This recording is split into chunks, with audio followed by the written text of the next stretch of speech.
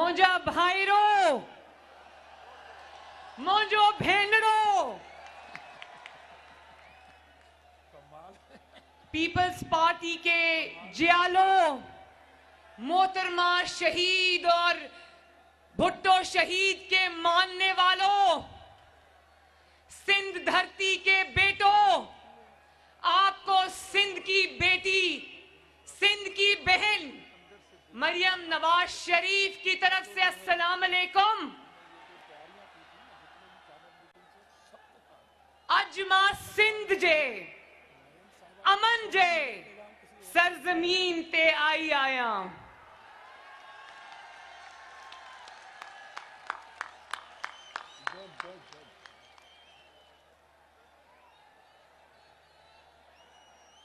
लाड़काना वालों, आज आपकी बहन मरियम नवाज शरीफ आपके लिए मोहम्मद नवाज शरीफ और मोहम्मद शहबाज शरीफ का मोहब्बत भरा सलाम लेकर आई है।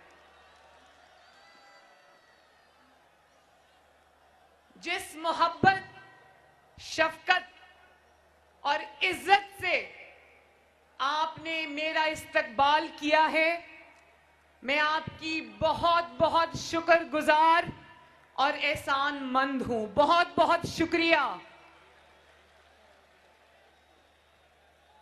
और मैं खसूसी तौर पर जनाब आसिफ अली जरदारी साहब का, बिलावल भुट्टो मेरा छोटा भाई उसका, अपनी बहनों आसिफा का, बख्तावर का और अदी फरियाल का बहुत बहुत शुक्रिया अदा करती हूं कि उन्होंने बहुत अपनायत से, अकीदत से, मोहब्बत से मेरा इस्तकबाल किया। कल जब मैं, बहुत लंबा सफर था लाहौर से, उसके बाद यहां सखर में मुस्लिम लीग नून का वर्कर्स कन्वेंशन था, तो मैं बहुत लेट पहुंची। लेकिन जब मैं रात के 1:30 बजे नोडेरो हाउस पहुंची तो मैंने देखा कि रात के 1:30 बजे सर्दी में मेरा भाई बिलावल भुट्टो जरदारी, आसिफा भुट्टो और अदी फरियाल मुझे लेने के लिए दरवाजे के बाहर खड़े थे। बिलावल, आपका बहुत बहुत शुक्रिया। और अगर जरदारी साहब मुझे सुन रहे हैं तो जरदारी साहब का भी बहुत बहुत शुक्रिया।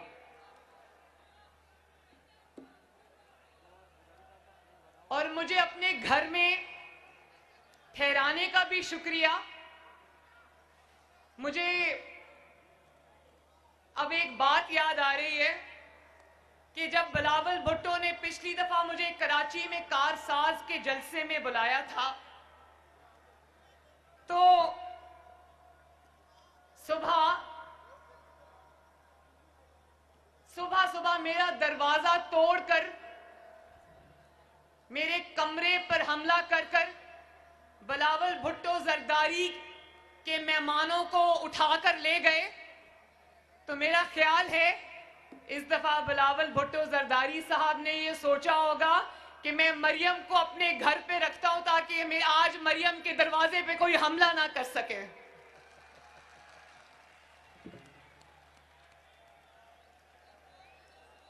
मुझे आज खुशी भी है कि मैं शहीद मोहतरमा बेनजीर भुट्टो के मज़ार पर हाजिरी देने आई हूं, लेकिन मुझे अफसोस भी है, दुख भी है कि पाकिस्तान की नहीं बल्कि आलमे इस्लाम की पहली खातून वजीर आजम शहीद मोहतरमा बेनजीर भुट्टो को अपनी जिद्दोजहद में हाथ से जान गंवाना पड़ी।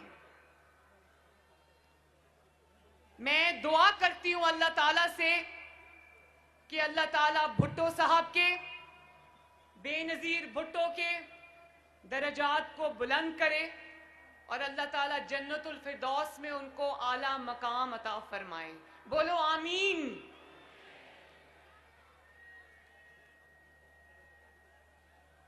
मैंने सुना था कि सिंधियों के दिल भी बड़े होते हैं और सिंधियों के दस्तरखान भी बड़े होते हैं।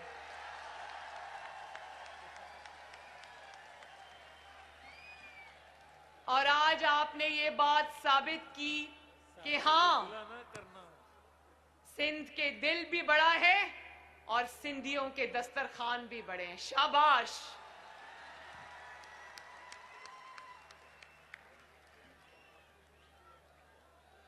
लाड़काना वालों, बीबी शहीद की मौत का जख्म सिर्फ आपके दिलों पर नहीं लगा। बीबी शहीद की मौत का दुख सिर्फ पीपल्स पार्टी को नहीं है, शहीद बीबी की मौत का जख्म हमारे दिल पर भी लगा है।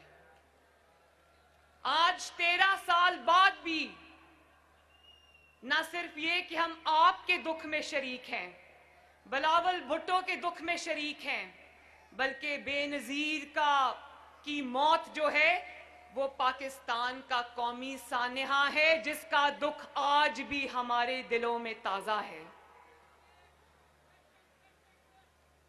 और मैं भुट्टो शहीद और बेनजीर भुट्टो शहीद को खराजे तहसीन पेश करना चाहती हूं एक शेर के जरिए। और वो शेर है जो मुझे कभी अड्याला जेल में जब फेंका तो मुझे वो शेर याद आता था। जिस धड़ से कोई मक्तल में गया वो शान सलामत रहती है। जिस धड़ से जो मक्तल में गया वो शान सलामत रहती है। ये जान तो आनी जानी है, इस जान की कोई बात नहीं।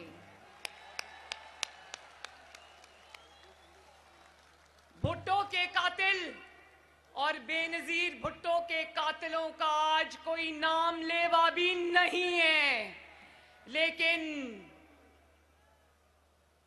उनको चाहने वाले यहां हजारों लाखों की तादाद में आज भी मौजूद हैं और मौजूद रहेंगे इंशाअल्लाह।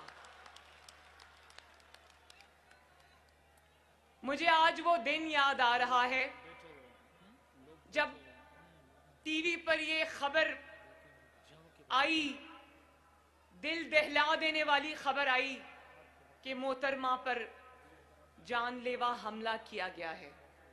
तो मेरे वालिद नवाज शरीफ क्योंकि उस वक्त पिंडी में मौजूद थे, तो वो सीधा सबसे पहले अस्पताल पहुंचे और वो शायद उन चंद पहले लोगों में से थे जिनको डॉक्टर्स ने मोहतरमा के शहीद हो जाने की खबर दी। तो ये खबर सुनकर न सिर्फ उनकी आंखों से आंसू जारी हो गए, जिसको कैमरा ने हमेशा के लिए अपने अंदर कैद कर लिया, बल्कि वो बाहर आए और पीपल्स पार्टी के जियालों को उन्होंने सीने से लगाया और उनके दुख को उनके साथ उसी वक्त बांटा।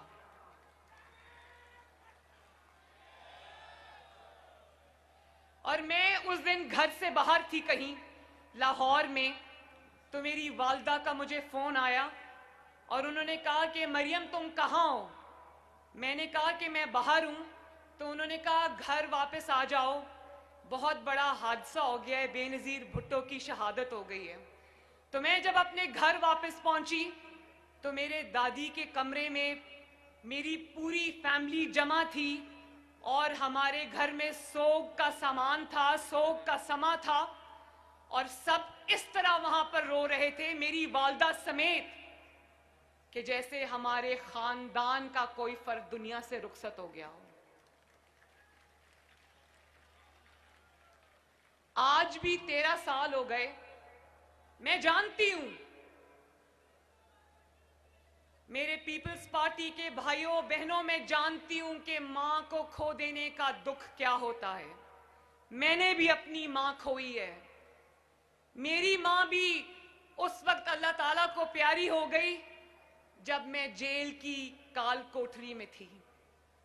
लेकिन और मां का दुख, यकीन जानो मां का दुख आज भी मेरे दिल में उसी तरह ताजा है जिस तरह 2.5 साल पहले था।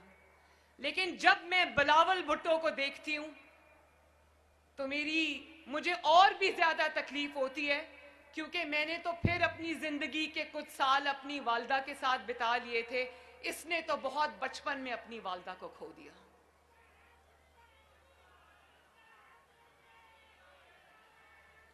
और मैं एक और सियासी निस्बत के अलावा बेनजीर भुट्टो शहीद से मेरी एक और निस्बत है।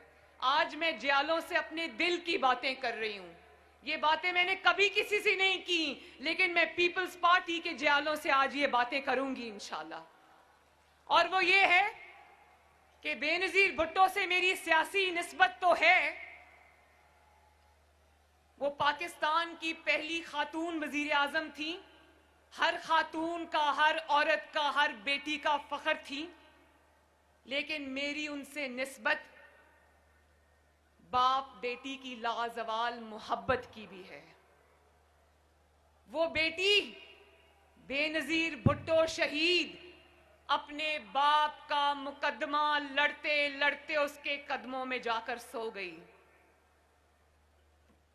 और इसी तरह मेरा भी दिल करता है कि मैं अपने बाप के नजरिए के लिए, जो पाकिस्तान को मुत्तहिद रखने का नजरिया है, जो पाकिस्तान के अवाम के वोट को इज्जत देने का नजरिया है, अगर मुझे अपने बाप से इतनी मोहब्बत है, उसके नजरिए से इतनी मोहब्बत है, अपने मुल्क से इतनी मोहब्बत है कि उसके लिए मुझे अपनी जान का नजराना भी देना पड़ा, तो मेरी नजर में वो एक बहुत हकीर नजराना होगा।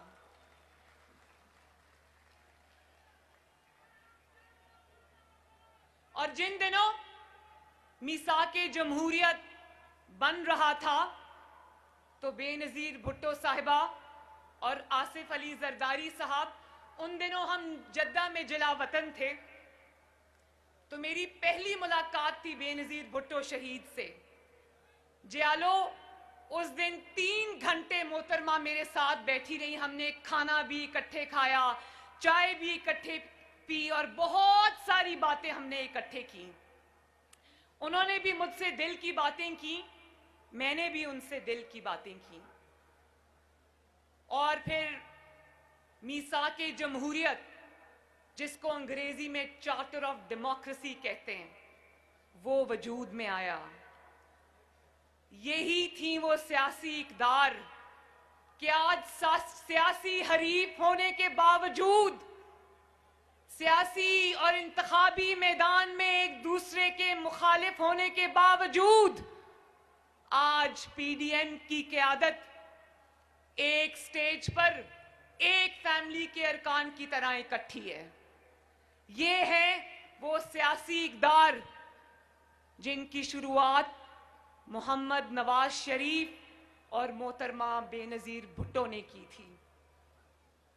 ये सिर्फ एक मिसाक नहीं था, ये सिर्फ कागज के चंद टुकड़े नहीं थे जियालो, ये पाकिस्तान की सियासी तारीख और पाकिस्तान की सियासी रास्ते का रुख मोड़ने वाला फैसला था, जिसको इंशाअल्लाह ताला मैं, बिलावल और पाकिस्तान की तमाम सियासी क़यादत इंशाअल्लाह ताला न सिर्फ लेकर चलेंगे बल्कि आगे भी बढ़ाएंगे। सियासतदानों से, सियासी जमातों से माजी में जो गलतियां हुई और उन गलतियों का फायदा जमहूरियत शिकन कुव्वतों ने उठाया, तो उनका अजाला भी फिर वो सियासतदान सब सर जोड़ कर बैठे और उन्होंने सोचा कि ये साजिशें अब नहीं चलेंगी। उन्होंने उन्हीं गलतियों का जो हमसे हुई थी, सियासतदानों से हुई थी, सियासतदानों ने खुद उन गलतियों का अजाला भी किया और जो एक दूसरे के खिलाफ साजिशें की जाती रही थीं, उसको उन्होंने कहा कि अब ये हम नहीं करेंगे। और उसी का समर आज पाकिस्तान को मिला। पहली बार ये हुआ कि जमहूरी हुकूमतें, आपके वोट से आने वाली हुकूमतें अपनी मुद्दतें पूरी करने लगी। मुझे अच्छी तरह याद है कि जब 2008 में पीपल्स पार्टी की हुकूमत बनी तो बहुत सारे लोगों को ये था कि वो हुकूमत गिराई जाए। तो मोहम्मद नवाज शरीफ ने कहा नहीं, अपनी पार्टी में भी उस राय को कुचला और कहा कि नहीं, ये हुकूमत अपने 5 साल पूरे करेगी और अवाम और हुकूमतों में लाना और ले जाना सियासी जमातों का नहीं, अवाम का काम है।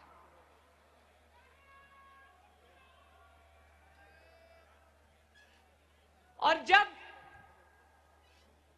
सियासी जमातें अपनी हुकूमतें पूरी करने लगी, जब जमहूरियत पनपने लगी, तो कुछ कुव्वतों को, जिनको डिवाइड एंड रूल सूट करता था, उनको तकलीफ होने लगी। तो फिर हमने देखा कि सियासी कूड़ा इकट्ठा करके जनरल पाशा ने एक जमात बनाई जिसका नाम है पाकिस्तान तहरीक-ए-इंसाफ।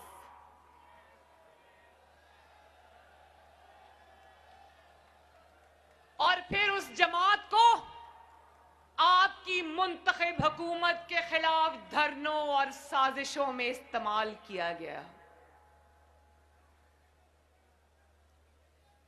और फिर उसके बाद उसी सियासी जमात में से एक इंसान जो 22 साल दर बदर की ठोकरें खाता रहा, लेकिन अवाम ने उसको घास नहीं डाली, फिर उसी को उठाकर, उस नालायक और उस नाअहल को उठाकर वोट चोरी करके हमारे 22 करोड़ अवाम के सरों पे मुसल्लत कर दिया गया।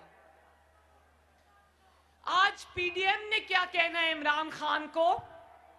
वो इमरान खान आज खुद चीख कर कह रहा है कि मुझे कुछ भी नहीं आता।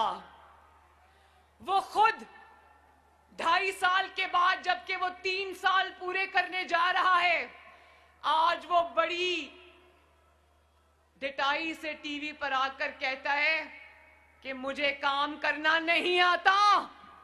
वो खुद अपने मुंह से ये एतराफ कर रहा है कि मैं नाअहल भी हूं और नालायक भी हूं, और ये भी कह रहा है कि तैयारी के बगैर हुकूमतों में नहीं आना चाहिए।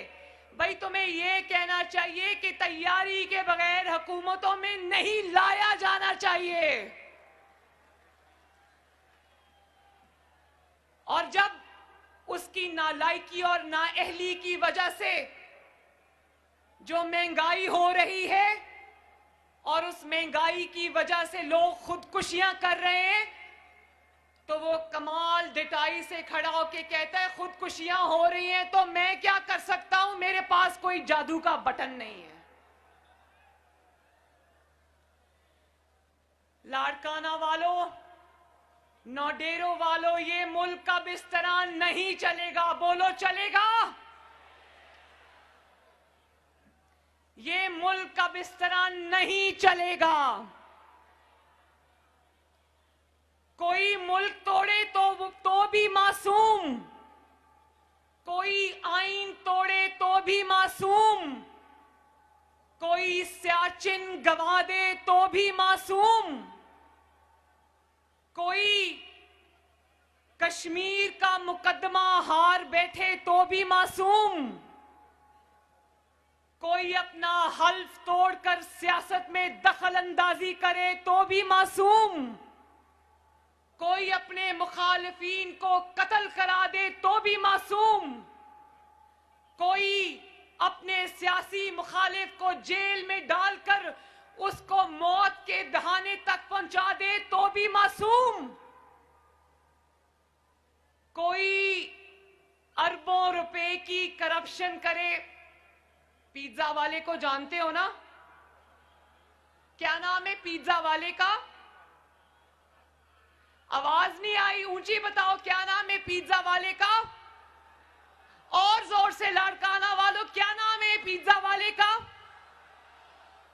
कोई सरकारी मुलाजिम होकर भी अरबों खरबों रुपए के असासे बना ले तो भी मासूम, लेकिन फांसियां हो तो सियासतदानों को हो, गोलियां उतरे तो सियासतदानों के सीनों और सरों पर उतरे, 100-100, 200-200 पेशियां भुगतें तो सियासतदान भुगतें, जेल की काल कोठरियों में मौत के दहाने तक पहुंचा दिए जाएं तो सियासतदान पहुंचा दिए जाएं, बहू बेटियों को घसीटा जाए अदालतों में, जेलों में, तो सियासतदानों की बहू और बेटियों को घसीटा जाए, मीडिया पर सर्कस लगे तो सियासतदानों के खिलाफ लगे,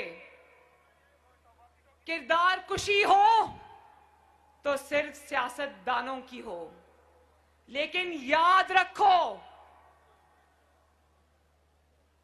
कि नजरिए को फांसी नहीं लग सकती,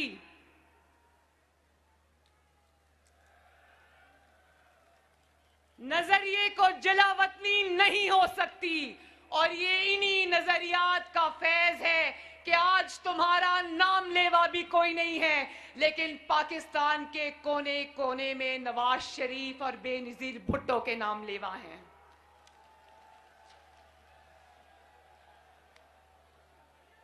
और आईन के कातिल और बेनजीर भुट्टो शहीद का कातिल मुशर्रफ, उसको पाकिस्तान में लाने की बात तक नहीं होती। नवाज शरीफ को तो तुमने इश्तिहारी करार दे दिया, लेकिन तुम्हारी ना इतनी जुर्रत है, ना तुम में इतनी गैरत है कि तुम बेनजीर भुट्टो के कातिल मुशर्रफ को पाकिस्तान लाना तो दूर की बात है, तुम तो वो बात भी नहीं कर सकते, इतने डरपोक आदमी हो। जिस अदालत में मुशर्रफ को आईन रोंदने की जो उसने गुनाह किया था, उस पर उसने मुशर्रफ को जब फांसी की सजा सुनाई तो लाड़काना वालों, उस अदालत को जिसने कमाल बहादुरी दिखाते हुए बेनजीर भुट्टो के कातिल और आईन पाकिस्तान के कातिल मुशर्रफ को फांसी की सजा सुनाई थी, उस सजा सुनाने वाली अदालत को ही फांसी चढ़ा दिया गया। बोलो, मानते हो इस नाइंसाफी को? मगर याद रखो कि मुशर्रफ आज मुल्क में वापस नहीं आ सकता। मुशर्रफ के लिए पाकिस्तान की सरजमीन के दरवाजे बंद हैं और बंद रहेंगे इंशाअल्लाह ताला, लेकिन आईन रोंदने के जुर्म में मुशर्रफ को फांसी देने वाला वो बहादुर जज जस्टिस वकार सेठ, जो अब अल्लाह ताला के पास जा चुके हैं, उसके आईन को सरबुलंद रखने के जुर्रतमंदाना फैसले को पाकिस्तान की अवाम न सिर्फ याद रखेगी बल्कि जिंदा रखेगी इंशाअल्लाह। पीडीएम की क़यादत यहां पर मौजूद है, सब बड़े बड़े लीडरान यहां पर मौजूद हैं। पीडीएम वो तहरीक है जिसने तमाम सूबों को आईन के साए के नीचे जमा किया है। सब, चाहे वो बलोचिस्तान है या वो सिंध है या वो पंजाब है या वो खैबर पख्तूनख्वा है, सब माशाअल्लाह आईन के झंडे के नीचे जमा हैं। और एक शख्स, सिर्फ एक शख्स, एक हारा हुआ शख्स, एक शिकस्त खोरदा शख्स, एक नाकाम शख्स, अवाम का मुजरिम शख्स पीडीएम से एनआरओ की भीख मांगता हुआ नजर आ रहा है। बोलो लाड़काना वालों, इमरान खान को एनआरओ दोगे? क्या इमरान खान को एनआरओ देना चाहिए? एक शख्स अकेला खड़ा हुआ नजर आ रहा है, अकेला, नाकाम है, हारा हुआ है। इसलिए अब किसी को कभी कोई मैसेज भेजता है, कभी कोई अपना मैसेंजर भेजता है। शहबाज शरीफ साहब से मिलने के लिए खानदान वालों को हफ्ता हफ्ता इजाजत लेनी पड़ती है, लेकिन इनका मैसेंजर जो एनआरओ की भीख मांगने ये आते हैं तो इनके लिए जेलों के दरवाजे खोल दिए जाते हैं, इजाजत की भी जरूरत नहीं पड़ती। पहले कहता था एनआरओ नहीं दूंगा, उससे कोई भी बात करो तो कहता था एनआरओ नहीं दूंगा, और अब कहता है कि अगर किसी ने एनआरओ दिया तो मुल्क से गद्दारी करेगा। मैं ये कहना चाहती हूं कि तुम्हें अपनी औकात समझ आ गई है। तुम जानते हो कि तुम्हारी औकात और हैसियत अब एक एनआरओ देने वाले की भी नहीं रही। तुम जानते हो कि किसको कहना है कि एनआरओ नहीं देना। सुनाता कहता वो आवाम को है, सुनाता किसी और को है, जानते हो ना?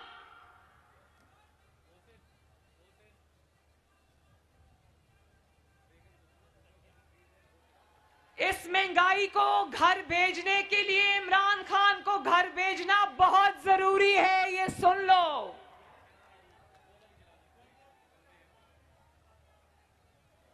जब तक ये नालायक हुकूमत घर नहीं जाएगी, यकीन मानो लाड़काना वालों, आपके घरों के चूल्हे नहीं जल सकते। इसलिए पीडीएम का साथ दो और इस नालायक और नाअहल इमरान खान को घर भेजो। साथ हो ना? और फिर कहते हो कि ऑपोजिशन फौज को बदनाम कर रही है। ऑपोजिशन जब महंगाई की बात करती है तो कहते हो ऑपोजिशन फौज को बदनाम कर रही है।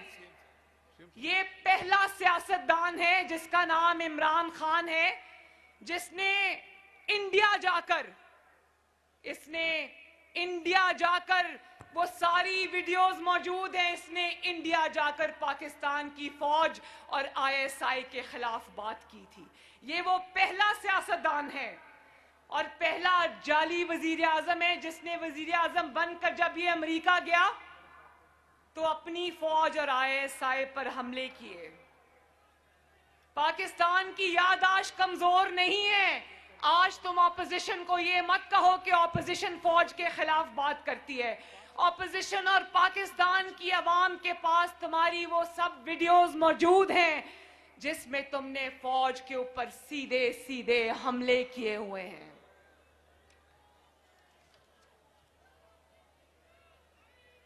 और एक पेज की रट लगाकर जितना तुमने फौज को बदनाम किया, शायद ही पाकिस्तान की तारीख में किसी ने किया हो।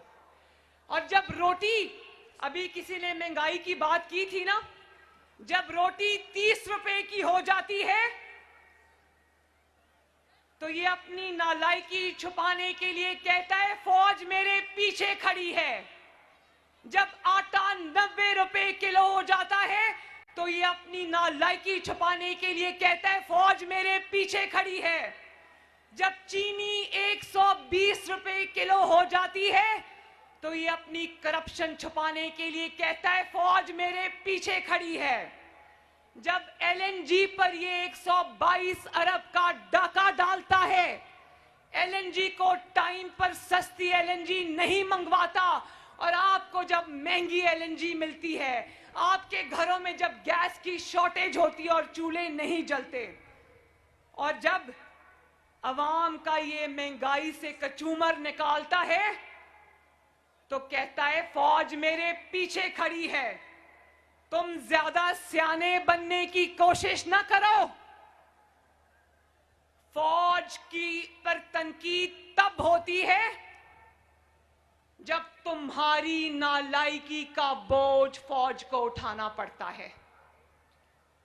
फौज पर तनकीद तब होती है जब तुम अपने सियासी मुखालिफिन को जेल में बंद कराने और उनसे सियासी इंतकाम लेने के लिए, सियासी इंतकाम लेने के लिए तुम फौज को सियासत में घसीटते हो। फौज पर तनकीद तब होती है जब तुम्हारी नाअहली की वजह से कश्मीर मोदी की झोली में जा गिरता है। फौज पर तनकीद तब होती है जब तुम्हारी नालायकी और नाअहली और नाअहल और नालायक हुकूमत की वजह से सियाचिन पे खड़ा फौजी ये सोचता है कि मैं दिन रात इधर अपने वतन अजीज की खातिर खड़ा हूं, लेकिन इस साल मेरी तनख्वाहें नहीं बढ़ी और मेरे घर में चूल्हे की आग ठंडी हो रही है। और फिर कहते हो कि तैयारी के बगैर हुकूमत में नहीं आना चाहिए। किसको सुना रहे हो ये? क्योंकि अवाम तो तुम्हें लेकर नहीं आई, तुम्हें जो लाए हैं उनको पीछे हटना पड़ेगा अब इंशाअल्लाह। दवाई भी महंगी हो गई है ना।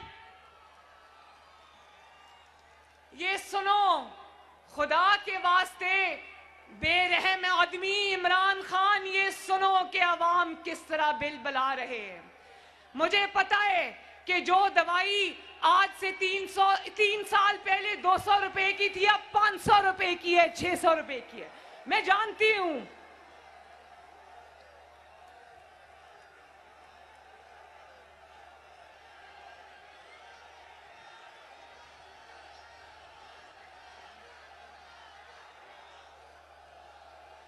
मैं जानती हूं लाड़काना वालों, मैं जानती हूं कि गरीब के लिए अब दवाई खरीदना भी मुश्किल है। मैं जानती हूं, मेरा दिल आपके साथ धड़कता है और यकीन जानो कि इंशाअल्लाह ताला ये जब अवाम इसको घर भेजेगी और आपकी मुंतखब हुकूमत आएगी तो इंशाअल्लाह आपकी खिदमत के लिए दिन रात हम सब मिलके आपकी खिदमत के लिए दिन रात एक करेंगे इंशाअल्लाह ताला।